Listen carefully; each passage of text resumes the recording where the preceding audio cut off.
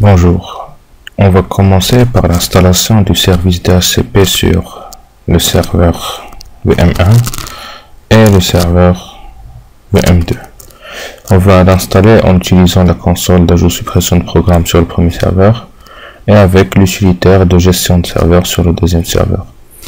Ensuite, on utilisera le client 1 comme client DNS pour qui utilise le serveur 1. Bref. Donc pour installer le service DNS, on va aller sur notre configuration, ajout suppression de programme, ajout de composants Windows.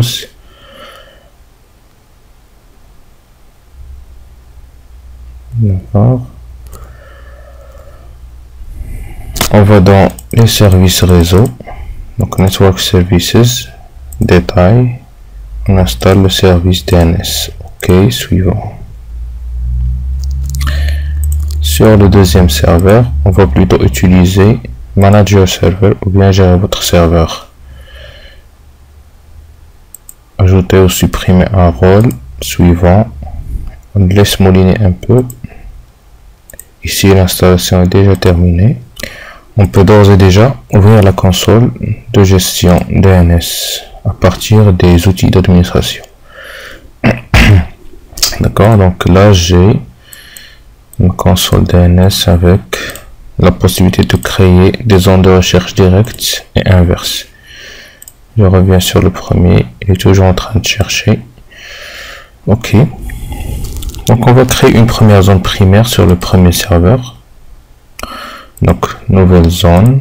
Donc on a les trois choix, zone primaire, zone secondaire ou bien zone stop. Donc, on va partir sur zone primaire. Donc 26.LAN pour la première zone. Suivant.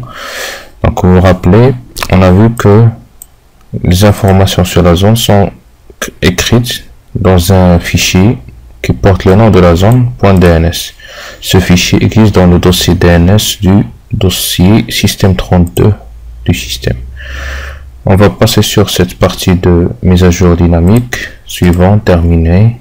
Et nous avons déjà notre zone. Comme on a vu dans le cours, on a des informations de base qui sont là. C'est la partie SOA et le NS. Donc le NS c'est pour le name server. S ça indique le serveur primaire concernant cette zone. D'accord. Là je reviens sur l'installation du DNS sur le deuxième serveur. On va prendre installation personnalisée et on va choisir serveur DNS dans la liste. Suivant. On aura le même assistant d'installation de DNS que tout à l'heure. Donc là vous voyez que l'installation est terminée. Ici vous avez la possibilité d'utiliser cet assistant pour créer une première zone. Voilà, donc créer une première zone de recherche directe. Bon, on va annuler cet assistant. On peut lancer la console à partir d'ici. On a les deux groupes. Voilà, donc on a notre zone primaire. D'accord, donc je peux créer un premier enregistrement, par exemple web serveur. Je peux lui donner l'adresse IP que je veux, pas nécessairement quelque chose qui est dans mon réseau, bien sûr. 33.44, ajouter host. OK, done. Donc là j'ai mon serveur DNS. Je peux mon enregistrement qui est créé. Je peux lancer l'utilitaire NSLookup en faisant clic droit sur le serveur et lancer NSLookup. Je rappelle que NSLookup c'est le client DNS qui nous permet de faire nos différents tests d'interrogation du serveur DNS. Donc si je fais web serveur .26.LAN, j'ai ma réponse directe avec l'adresse IP 33.44. D'accord. Le plus intéressant maintenant c'est de le faire sur un client. Donc je viens sur mon client XP, je vais sur la carte réseau, propriété, les paramètres TCP/IP et je vais renseigner l'adresse IP dans mon serveur DNS que je vais utiliser comme client, comme serveur, pardon, pour ce client. Donc ce serveur a deux interfaces, 11.4 et 10.4. On va utiliser l'interface 11 qui est directement rattachée au client qui a l'adresse 11.3. Ok, je ferme et j'utilise NSLOOKUP. J'ai un petit timeout, on verra comment corriger ce warning et je peux déjà écrire web server.vinci.lan. Il me répond avec l'adresse IP. D'accord, donc sur mon deuxième serveur je vais créer une nouvelle zone primaire que je vais appeler par exemple entreprise.lan. D'accord, pareillement les mêmes options, et dans entreprise je vais créer www, donc mon site web qui a l'adresse www.entreprise.lan. Je vais lui donner l'adresse IP 55.10 par exemple. Donc si je lance un NSLOOKUP ici, je vais constater directement que www.entreprise.lan, il répond. Si je teste à partir de mon client,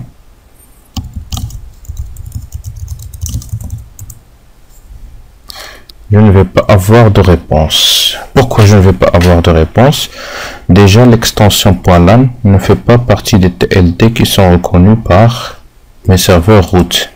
Je vous rappelle que pour les indications racines, je peux les trouver dans propriétés du serveur, dans l'onglet root hints. D'accord, donc mes root hints, si je suis le chemin classique de résolution d'un nom, je vais monter jusqu'à la racine, descendre au premier TLD, en TLD s'il existe, poema par exemple, qui va m'indiquer le responsable de l'autre poema. Donc en l'occurrence ici j'ai .lan qui ne figure nulle part, et donc le serveur DNS1 ne sera jamais en mesure de résoudre ce nom. Donc comment on va faire ça? On va supposons que on est deux entreprises qui fusionnent. Donc j'ai besoin de dire à mon serveur 1, si tu veux avoir des informations concernant le domaine ou bien la zone entreprise.lan, il faut demander à serveur 2 qui a l'adresse 10.2. Donc ce que je vais configurer, c'est un redirecteur conditionnel ou bien un forwarder qui est conditionnel. Donc la condition c'est le nom de la zone ou bien du domaine. Je viens dans l'onglet forwarder et je vais faire un nouveau forwarder pour entreprise.lan. Je vais dire pour entreprise.lan, il faut demander à 10.2. Donc ce serveur a l'adresse IP 10.2. J'applique OK. Maintenant si je redemande, j'ai obtenu ma réponse pour www.entreprise.lan. Donc mon serveur a été en mesure de résoudre ça. Donc tout ça, ça se base sur la récursivité. Notre serveur utilise la récursivité pour résoudre le nom. Donc si je veux désactiver la récursivité, je vais aller dans les propriétés de mon serveur, dans l'onglet avancé, et j'ai ici la case à cocher, désactiver la récursivité. Une fois que je fais ça, je n'aurai plus de réponse pour entreprise.lan. Bon, vous avez remarqué que le comportement n'a pas changé. En fait, il faut relancer le serveur pour que ça soit pris en compte. Maintenant, si je fais NSLOOKUP, la réponse est immédiate. Can't find www.entreprise.lan, server failed. Donc ce n'est pas un unknown, ou bien il ne trouve pas, mais c'est une erreur server failed. Du fait que j'ai désactivé la récursivité, même le forwarding ne marche plus. Donc on va voir dans l'onglet forwarding que c'est grisé. Voilà, donc là c'est grisé. Contre tout à l'heure c'était actif. Donc je vais remettre la récursivité. Je relance mon serveur. Tout rentre dans l'ordre. Donc là on a travaillé sur des recherches qui sont directes. Maintenant si je veux faire des recherches qui sont inverses, par exemple je veux avoir, ou bien je veux donner l'adresse IP 192.168.33.44 et je veux que mon serveur me réponde pour me dire ça correspond à webserver.vinci.lan. Ce que je vais faire, c'est créer une nouvelle zone, mais cette fois toujours primaire, mais cette fois qui est basée sur l'ID réseau. Là je suppose que je suis en classe C, donc c'est 192.168.33. Suivant, ça va me créer encore une fois un fichier de zone avec la dénomination standard intdr.rpa.dns. Finish. Donc là j'ai ma zone reverse. L'enregistrement basique qui correspond à A pour la recherche directe s'appelle pointeur, pour la recherche inverse. Donc je vais créer un nouveau pointeur qui pointe vers mon web serveur avec l'adresse IP44 tout à l'heure. Ok. Maintenant je peux venir ici mettre 192.168.33.44 et j'obtiens c'est webserver.vinci.lan. Cet enregistrement reverse va me permettre aussi de corriger ce warning que j'ai eu ici. D'accord? Pour enlever ce warning, il faut créer un enregistrement reverse pour l'adresse IP du serveur lui-même. Donc, pour ce faire, je vais créer la zone reverse pour le réseau 11, toujours en primaire.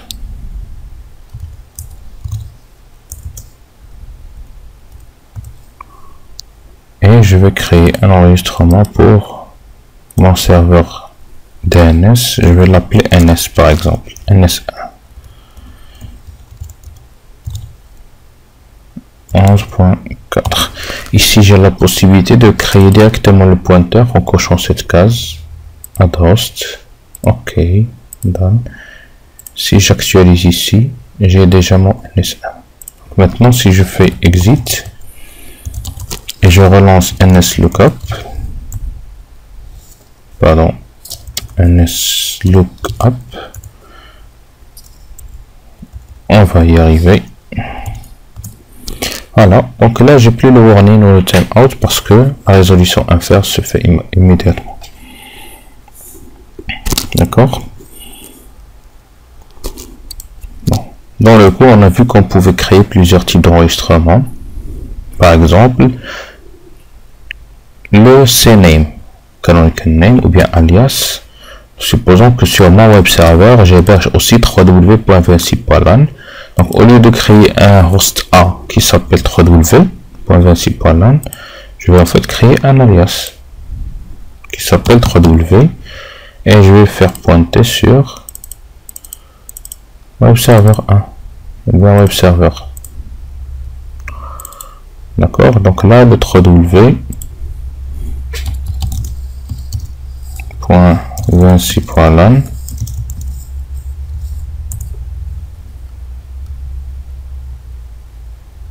name, adresse et ici aliases www.vinci.lan. Donc on voit que www.vinci.lan est un alias de web server. D'accord. Autre type, le MX. Donc le MX c'est l'enregistrement qui permet au serveur mail de savoir vers quel serveur, vers quelle adresse IP envoyer les emails dirigés à utilisateur@vinci.lan. Donc, je vais supposer que j'ai un serveur mail qui s'appelle mail, par exemple, qui a une adresse IP donnée. Je vais décocher cette case, sinon j'aurai un warning. Ok. Et je vais dire que mon MX, c'est ce serveur. Attention, il faut laisser ce champ vide. Parce que je veux créer un MX pour vinci.lan et non pas pour un sous-domaine. On avait dit que l'enregistrement MX avait la particularité d'avoir la priorité, la notion de priorité. Comme ça, je peux avoir plusieurs serveurs qui reçoivent les emails pour le même domaine. Si un premier serveur tombe en panne, bien le plus prioritaire tombe en panne, celui qui suivra prendra le relais. D'accord, donc maintenant je peux interroger par NSLOOKUP. Donc pour dire que je veux l'enregistrement MX, je peux faire set type égale MX. Et là je vais écrire vinci.lan. Voilà, donc vinci.lan, MX préférence 10, le mail exchanger c'est mail.vinci.lan, et mail vinci.lan à l'adresse IP 128.66.44. Voilà, donc ça c'est pour le MX. Je peux cliquer sur Add New Records, donc là spécialement, par exemple,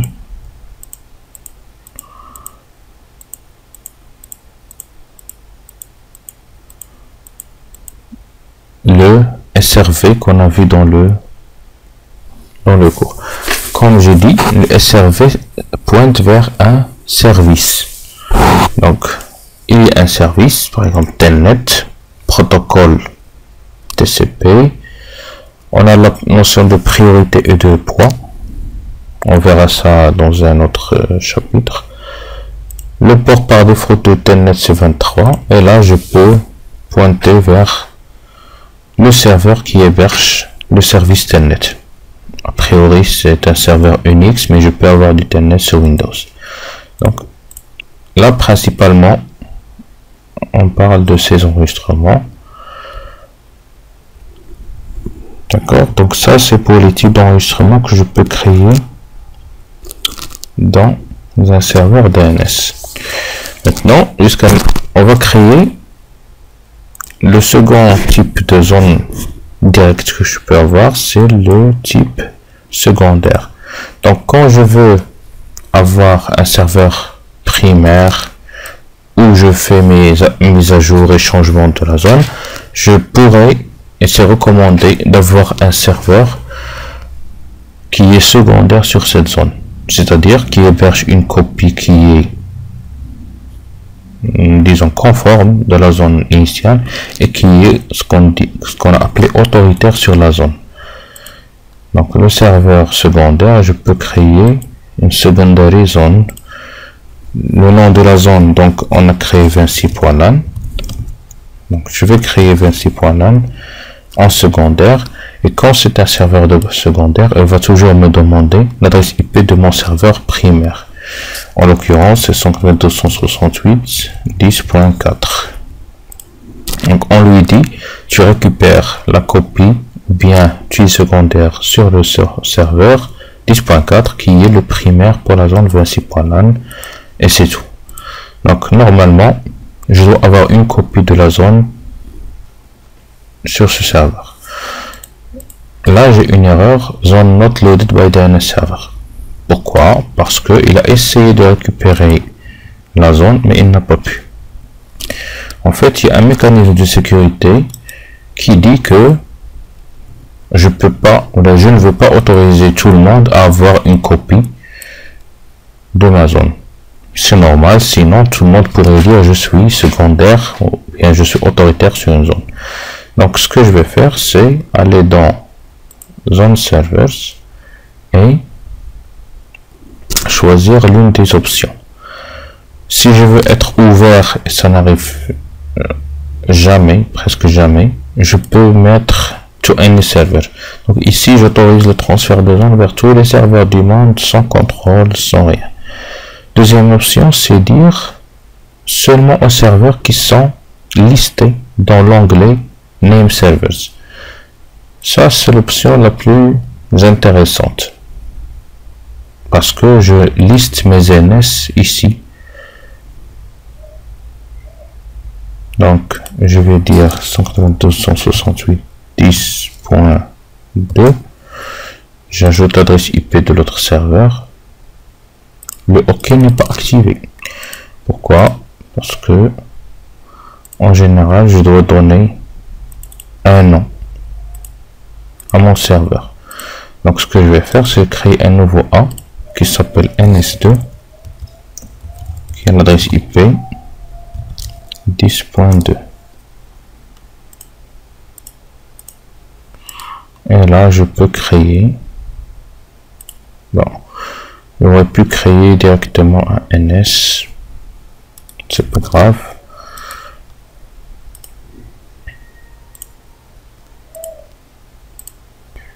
Donc là,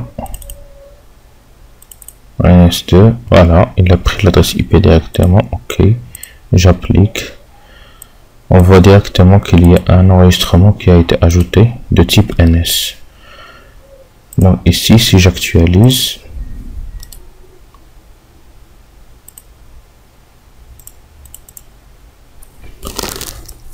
normalement, ça devrait marcher.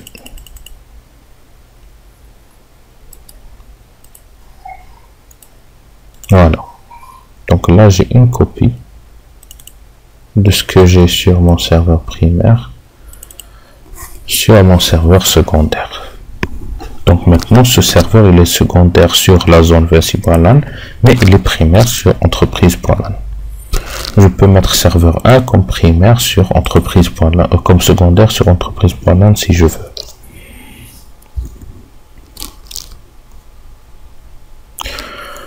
Supposons que, pour une raison X, le serveur A tombe en panne.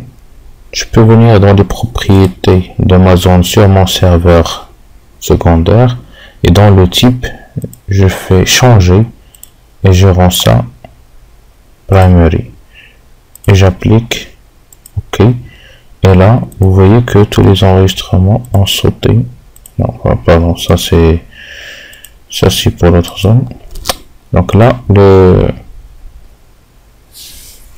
type est passé à primaire et mon serveur est maintenant primaire sur la zone. Je peux changer encore en secondaire. Ah,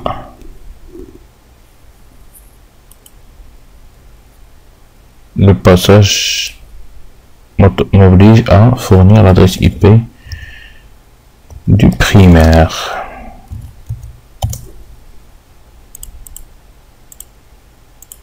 Ok, encore une fois, il faut attendre. On va recharger la zone et maintenant je suis encore une fois secondary pour 26 points. D'accord. New delegation. Je vais déléguer par exemple la zone security.26.LAN. Je vais la déléguer en NS2. D'accord, j'ai créé un sous-domaine qui s'appelle sécurité et j'ai délégué l'autorité NS2. Là, je ne peux plus créer l'enregistrement. Bien sûr, je peux toujours le créer ici. Mais tant que j'ai délégué security.vc.lan à serveur 2, je ne peux plus créer. D'accord, je ne peux plus créer de... Bon. Elle est en train de mettre à jour, donc il ne me laisse pas recharger la zone.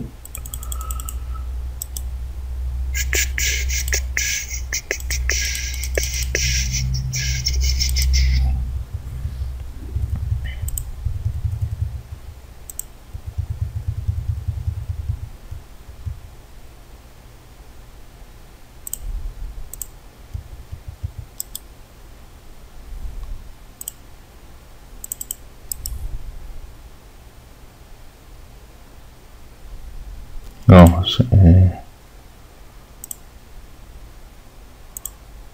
il est en train de transférer la zone. Bon, on lui laisse 2 minutes. D'accord, donc là c'est pour la délégation.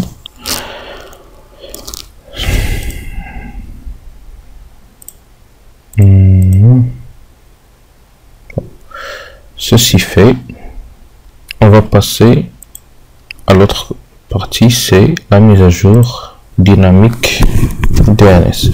Donc, quand on a parlé de la mise à jour, on a dit que je peux avoir un serveur DHCP dans mon réseau qui donne des adresses IP à mes clients. À chaque fois que mes clients reçoivent un nouveau bail, ils doivent mettre à jour leur enregistrement DNS. Donc pour ce faire, je vais monter service DHCP sur serveur 1. D'accord, parce que c'est lui le plus proche de mon client. Et je vais mettre à jour le DNS sur serveur 2. D'accord, comme ça on sépare DNS et DHCP. Chose qu'il faut faire déjà, c'est activer le service routage, parce que le serveur 1 doit transférer les requêtes entre client et serveur DNS. Donc, si vous vous rappelez, on va dans Routine and Remote Access. On active, on prend configuration personnalisée et routage LAN. Suivant, terminé. C'est tout ce qu'il y a à faire, puisqu'on va parler juste entre deux réseaux. Il n'y a pas de souci. Côté client, on va désactiver la configuration statique.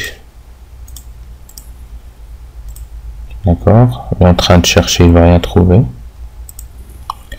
On va désinstaller le service DNS sur ce serveur et installer le service DHCP. Donc c'est rapide, ça va pas prendre beaucoup de temps.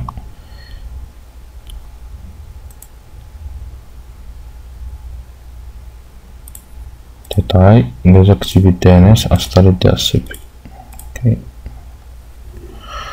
Donc pour serveur 2, on ouvre la console DNS.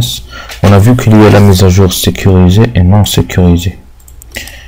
Alors, ici je vais rendre ce serveur primaire sur la zone. Okay. D'ailleurs on a condamné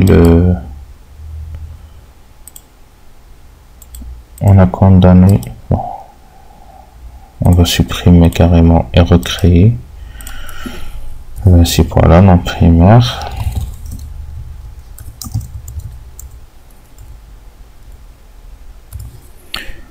Puisqu'on a supprimé le serveur primaire, le secondaire est un peu perdu.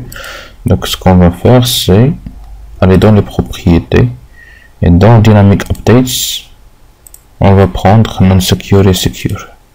Donc on va autoriser les mises à jour dynamiques sécurisées et non sécurisées. Pour 26 points là. Ici, c'est bon. Donc je vais créer un nouveau bail DHCP pour le réseau 11. Le scope. VMnet2. Ça commence à 50, ça se termine à 100 par exemple. Pas d'exclusion, durée de bail standard. La passerelle ce sera 11.4 et le DNS, le parent domaine ce sera 26.lan et le DNS ce sera 10.2. Ce sera mon serveur 2. Suivant, pas de serveur wins et j'active. Donc adresse list, jusqu'à maintenant il n'y a rien. Sur mon client, je veux faire ipconfig/renew.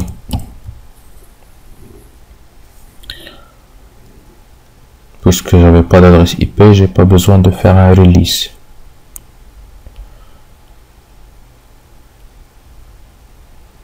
Bon.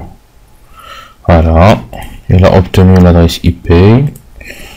Donc si je fais un ping sur le serveur DNS pour voir est-ce que ils parlent entre eux ou pas, 10.2, bien sûr ils ne vont pas parler entre eux.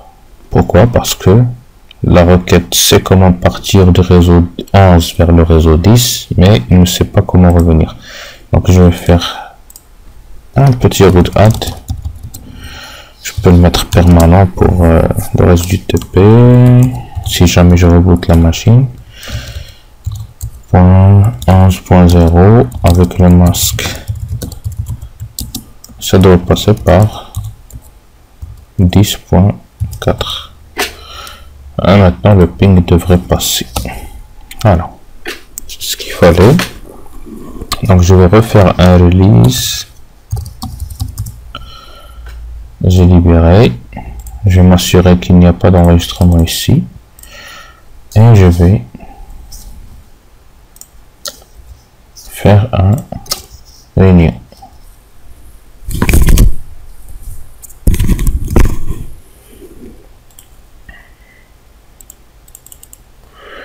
On va remarquer que la mise à jour ne s'est pas passée. Donc si je fais propriété, TCP IP, avancé, DNS, on voit que Register Disconnections Address in DNS est bien couché.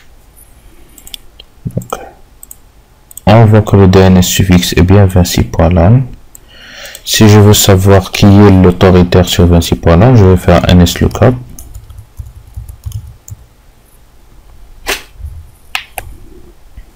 Bon, je peux créer une zone reverse pour le 10, comme ça j'ai pas de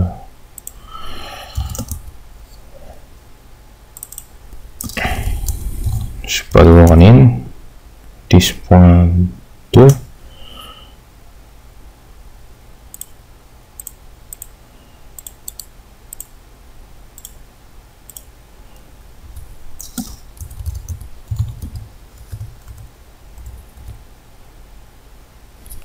Là, je vais plutôt prendre autoriser les mises à jour dynamiques, sécurisées et non sécurisées.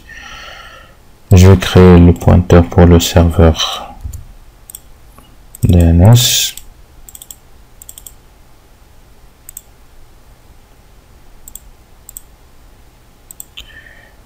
D'accord, donc là, si je fais NSLOOKUP, ça se passe sans problème.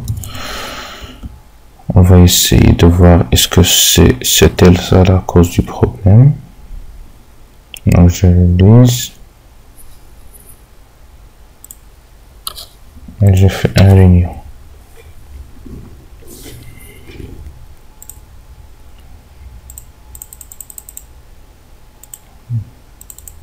Bon, il ne s'est pas enregistré. Donc on peut essayer de forcer l'enregistrement manuel avec la commande ipconfig/register DNS.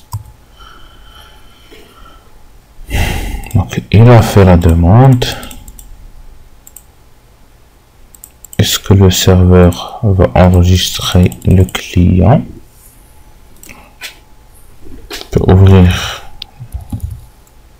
le journal d'événements.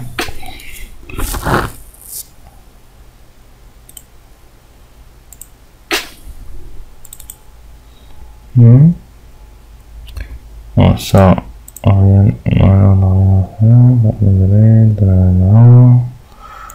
Donc jusqu'à maintenant, il n'y a pas d'erreur concernant DNS. Bon, il n'y a rien qui concerne DNS. Je peux faire un nettoyage.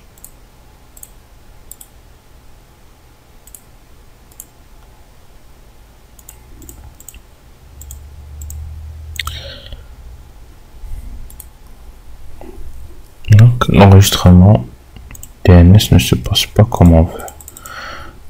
On pourrait essayer de faire l'autre façon. Vous vous rappelez, on a dit que quelquefois, d'accord, donc le client essaie de s'enregistrer sur zone 1.LAN.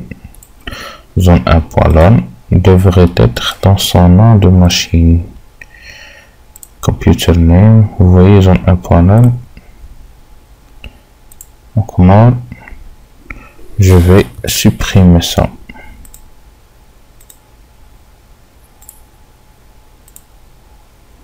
Bon, on va redémarrer la machine.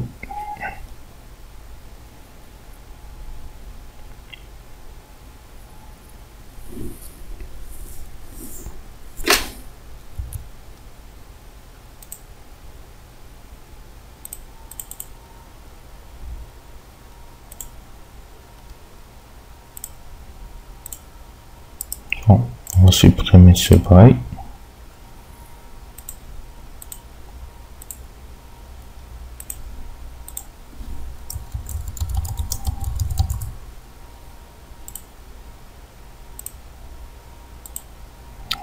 Il n'a pas de nom.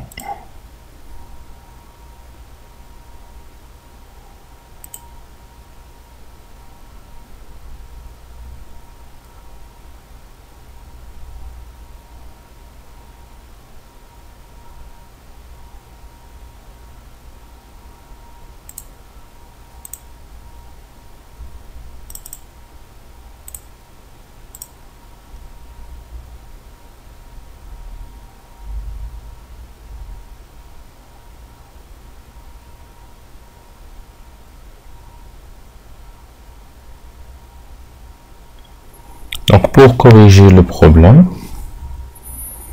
on va cocher cette case. Use these connections DNS suffix in DNS registration. Pourquoi? Parce que si je ne coche pas cette case, soit je dois mettre le suffixe DNS ici, soit la machine va utiliser le suffixe DNS qu'elle avait dans son nom. Donc je vais faire OK ici, OK. Donc normalement là, la machine a fait un registre DNS automatiquement. Sinon on va refaire le ipconfig / release.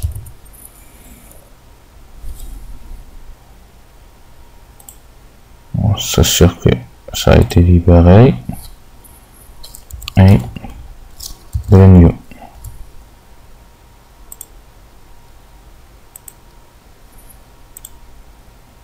Bon. Voilà, 26.LAN. Croisons les doigts ici. Rien. Que dalle. Qu'est-ce qu'il faut faire dans ce cas? Donc, en général, les mises à jour non sécurisées, ça pose toujours problème.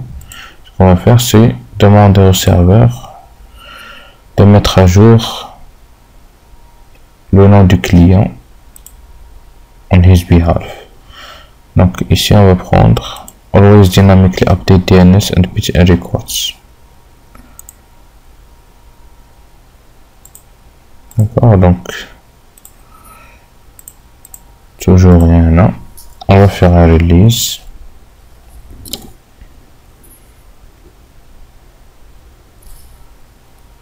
Et dernier.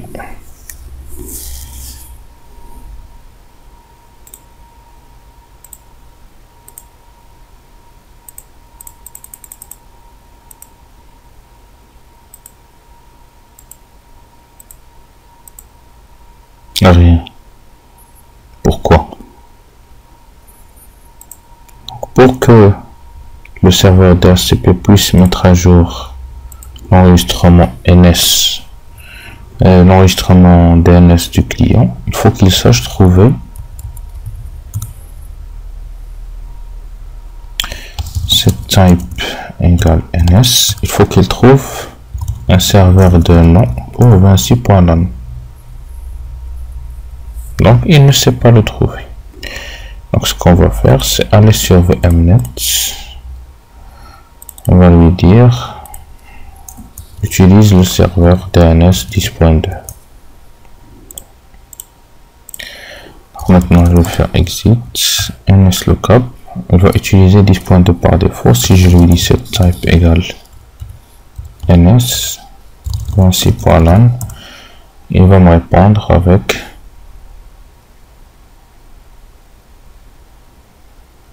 avec serveur 2.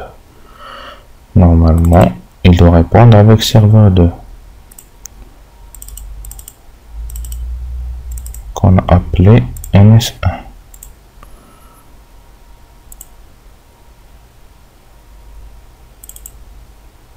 Donc edit, browse,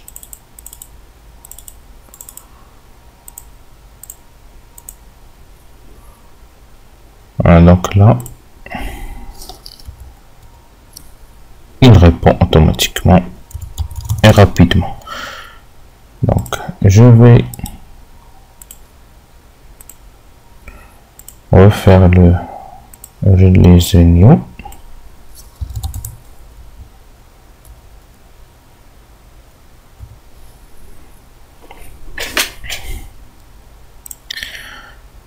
Et si j'actualise,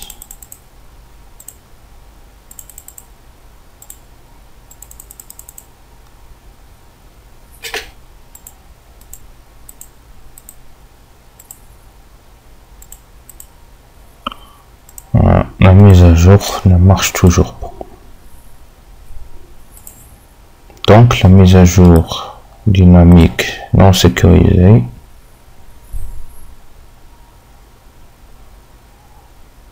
des problèmes.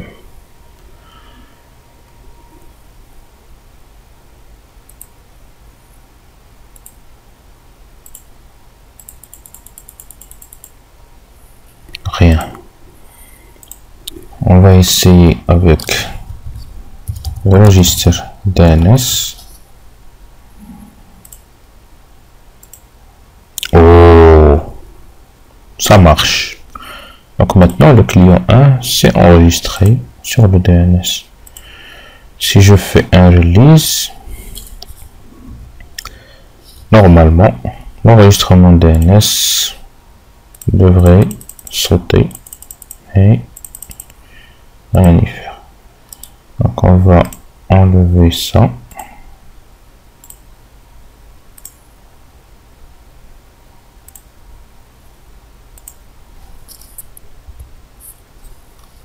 On va supprimer ça.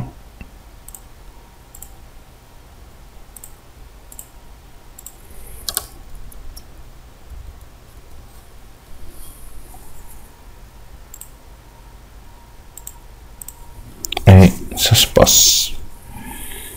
D'accord? Donc les points qu'il fallait corriger, c'est le reverse du serveur NS. Il faut que le NS soit bien renseigné pour que la mise à jour se passe correctement. D'accord? Si je viens dans les propriétés du serveur, normalement, j'ai un discard A and PTR records when the lease is deleted. Quand le client fait un ipconfig/release, il faut que l'enregistrement disparaisse. Client 1 disparaisse, mais ça ne marche pas. Bon, c'est un comportement qui est plutôt normal parce que, disons que les serveur 1, serveur 2 ne se connaissent pas mutuellement et le client pareil. Donc, quand on est dans un contexte Active Directory, les choses deviennent plus intéressantes. Donc, ce qu'on va faire, c'est qu'on va monter un contrôleur de domaine sur ce serveur. On va le monter pour vinci.lan. On va intégrer serveur 1 et client 1 à ce domaine et on va voir que après les choses sont plus intéressantes. Donc pour monter un contrôleur de domaine, je vais exécuter la commande dcpromo. dcpromo suivant, premier contrôleur de domaine dans la forêt, vinci.lan. Donc il va comprendre que c'est lui qui gère vinci.lan. il n'y aura pas de problème.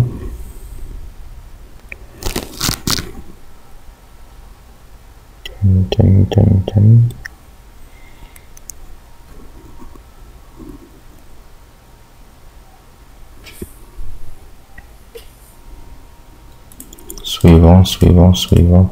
Bon. Le mot de passe de récupération. Et on le laisse mouliner.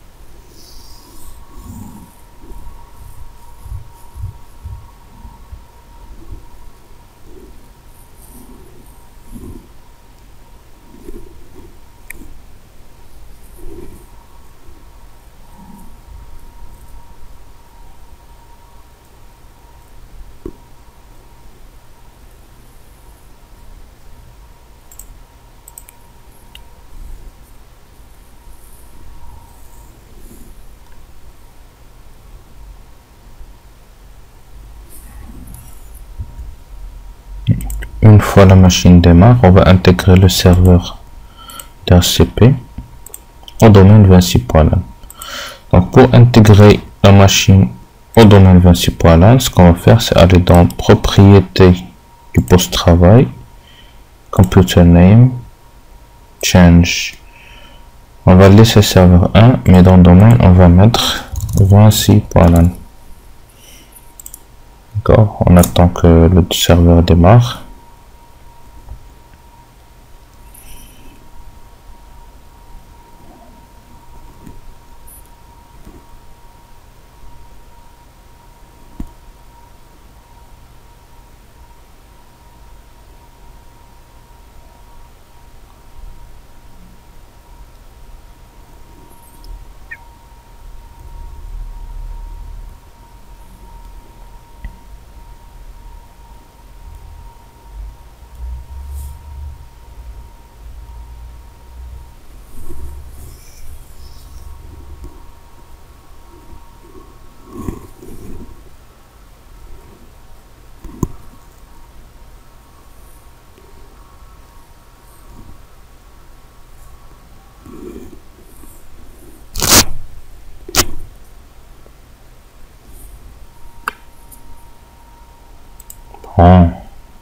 يلا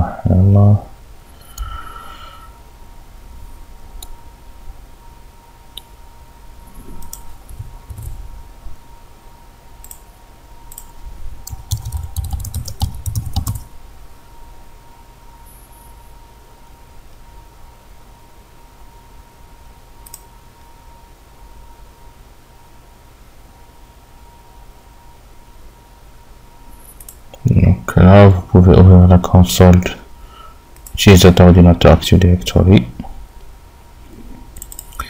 26.lan, donc computers, il n'y a rien. On va faire ici OK. Administrateur, passe un Word.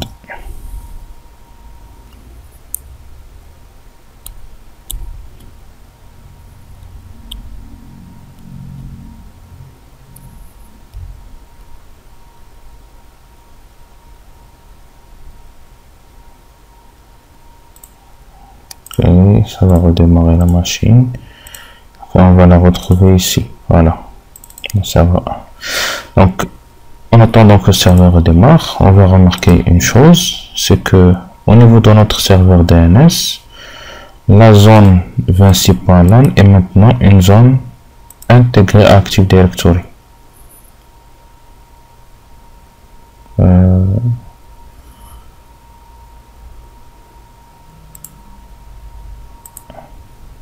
Bon, j'aurais pas dû prendre cet exemple. Donc la zone est toujours externe à Active Directory.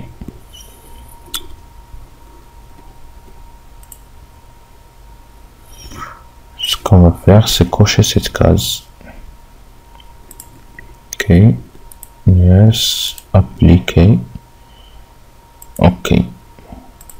Donc maintenant, la zone n'est plus dans un fichier Data Historic et Active Directory.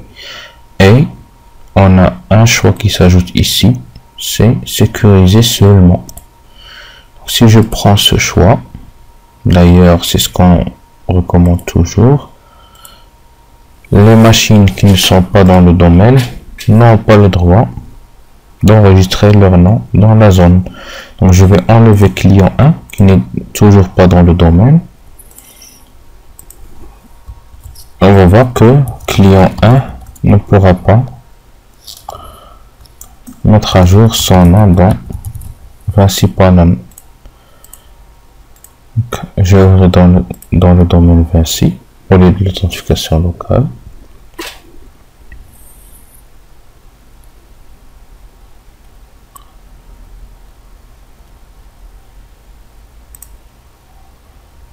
Bon, ça n'est pas affiché ici est gris. Si j'ouvre la console DHCP, rien n'a changé. Sauf qu'il y a une petite icône en rouge. Si je fais ipconfig release,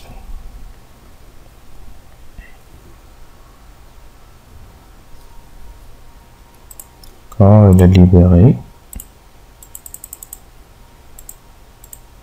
mais il est marqué toujours prêt ici. Pourquoi? Parce que en fait le serveur DHCP n'a plus le droit de servir. Une fois on intègre un serveur DHCP au domaine, il faut l'autoriser à donner des adresses IP. On a parlé de ça dans le chapitre DHCP. Donc pour autoriser, donc là il va faire un timeout, il ne pourra pas avoir une adresse IP. Il aura une adresse dans la classe APIPA. Donc ce qu'on va faire, c'est un clic droit sur le serveur et crochet, et bien cliquer sur autoriser. J'actualise. Là, c'est passé au vert.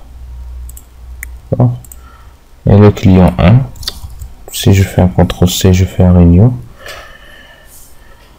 Normalement, il devrait avoir une adresse IP.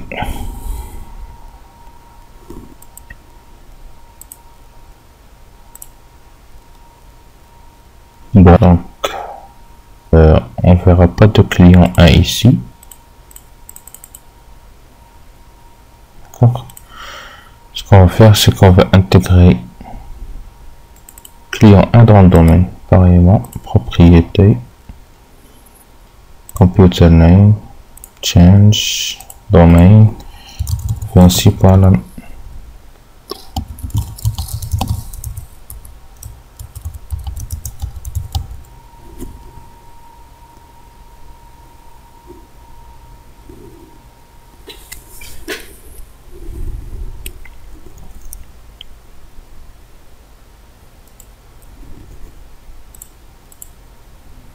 D'ailleurs, dès qu'elle entre dans le domaine, Active Directory crée automatiquement un nom. Un nom pour le client dans son système DNS. Voilà, donc là j'ai client 1. Dès que le reboot, j'aurai client 1 dans le DNS.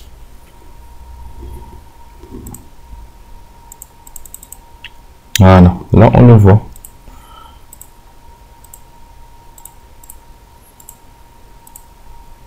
Et je l'aurai dans, voilà, donc il est là. Et c'est une mise à jour qui est sécurisée.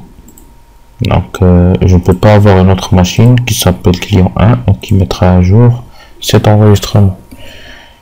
D'ailleurs, dans sécurité, on va voir que client 1 a le droit d'écriture, pas autre machine. D'accord? Donc voilà. C'est tout pour les manips de DNS, DHCP et compagnie. Bon courage.